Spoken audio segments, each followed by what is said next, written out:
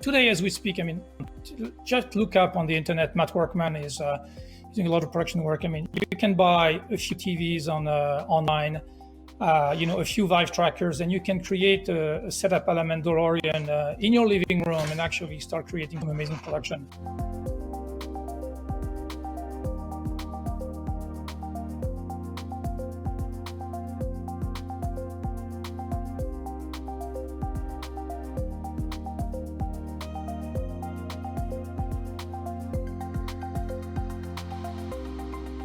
It's interesting because when I was living in Cannes back in 1992, I was working for Image, and I was very fortunate to witness and work closely on Jurassic Park, which was, the first big CG movie with Spielberg and ILM. And Jurassic Park was the movie that pioneered and validated CG creature and digital compositing workflows. And for the past 27 years, we've been refining those workflows, and we created a whole new era for movies, and we brought billions and billions of dollars to the box office. And I feel that The Mandalorian, under the visionary leadership of Jon Favreau and ILM again, in one of those turning points in the industry. In the Jurassic Park model, we had to slide down complex problems in many layers, create complex and slow process, put things back together. It takes days and hours, and per shot or frame, it was a very, very complex problem. And so through a lot of post-production, the people on the set, they kind of lost control about the final product. They had to very, very rely heavily and trust the post-production process. With Unreal Engine, we're bringing movie making and creative decision making live to the set, just like it was in the 50s, just like it was in the 60s. We're bringing all of that ability to the set. So let me show you quickly how on the next slide, please. And you'll get it through that video. We're basically turning the set into a full immersive environment with LED screens, and we basically shoot the final frame through the camera. When we need a little bit of green screen, we do it. But we're really, through this multi-user technology and immersive technology, re-empowering the team to work together. Light people take care of light, the DP and the director are live, they see the result, they can interact and create that magic moment. That makes that movie can be so good. So we're bringing again all of that ability back on the set. So if you go, I'll show you a glimpse of the next slides, how it's done. Here you can see, how the physical and the virtual set are blending. You can see the motion cameras on the top. Next slide, please. Here you can see that the director, you're actually bringing the environment to the talent. So we're working on a lot of projects because post-COVID, it's hugely important that travel is going to be an issue. So here you can see that not only, again, we bring everyone to talent, but we can mix physical prop and digital prop. You can see the shiny part is a physical prop. You can see that the CG part is on the ceiling of the wall here. And when you look at it through the lens of Unreal Engine with the magic of color correction, it's all just one nice king frame. So again, this is how we're transforming movie making, and this is how we're impacting also the rest of the media. So,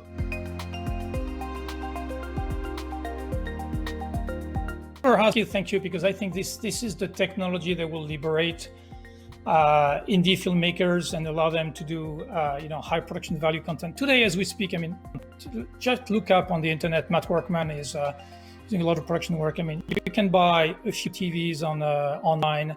A few Vive trackers, and you can create a setup a la Mandalorian in your living room and actually start creating some amazing production. Again, Unreal Engine is free. Blender is a 3D tool that's free.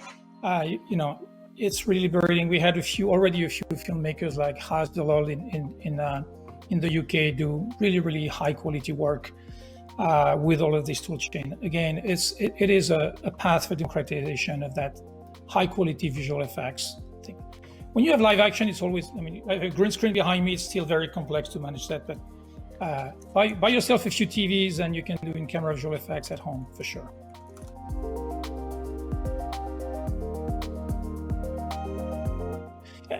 I think that's, I think this with the example of the Star Wars franchise is very relevant, because we can prove in 2019 we were able to use the same tools to create all this content, but assets were specific to a platform. The Darth Vader in the VR had to be specific to the Darth Vader in the game. And I think the beauty of and the promise of Unreal Engine 5 is that we're going to abstract all of that complexity. So you have your super high-end Darth Vader, and you can use the same model in VR, in AR, in movie making, or in a AAA game. And that's why we don't see much of transmedia right now, because it's still complex and expensive. So I think we'll have a technical problem. Well, we don't have a solution for it, the funding. Right now there is silos even in the big studio. The way you fund games versus the way you fund television, the way you fund movies is actually disconnected. But and I think people will soon realize that this technology enabled to create. We're already working on some project where the movie and the games are built on the same asset. So it's going to take time because it changes funding and changes production processes, and humans, take time to adjust and to prove things out. But I think the technology will be there very, very soon.